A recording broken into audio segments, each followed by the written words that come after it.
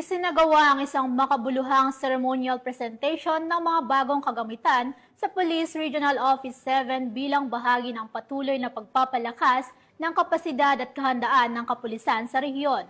Nakatutok dyan si Patsaluman Annalyn Canoog.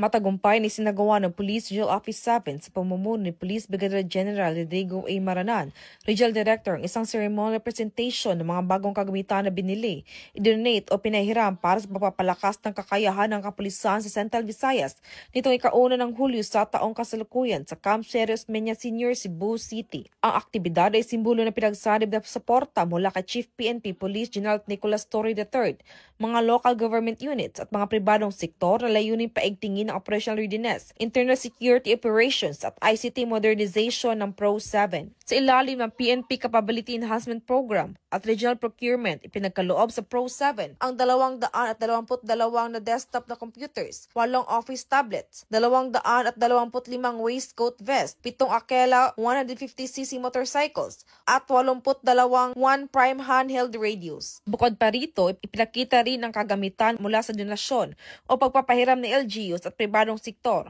kabilang isang Mitsubishi Triton pickup, isang Toyota Hilux, isang 4x4 Toyota Hilux, isang Suzuki LTV, 4 na Benelli motorcycles, 6 na Honda CF 150cc motorcycles, 2 Honda ADV motorcycles, 30 bicycles, at 28 handheld radios. Malaki ang maitutulong ng mga ito sa pagpapalawak ng mobility at communication reach ng Pro-7, lalo na sa mga geographical isolated at disadvantaged areas at mga high-priority operational zones. Patuloy ang Police Regional Office 7 sa pagsasagawa ng mga hakbang upang mapaunlad ang kapasidad nito sa larangan ng seguridad, serbisyo at pakikipagtulungan sa komunidad. Mula dito sa Central Visayas, ako ang inyong Police News Network Correspondent, Patrolwoman Annalyn N. Canoog, alagad ng batas, tagataguyod ng Balitang Pulis.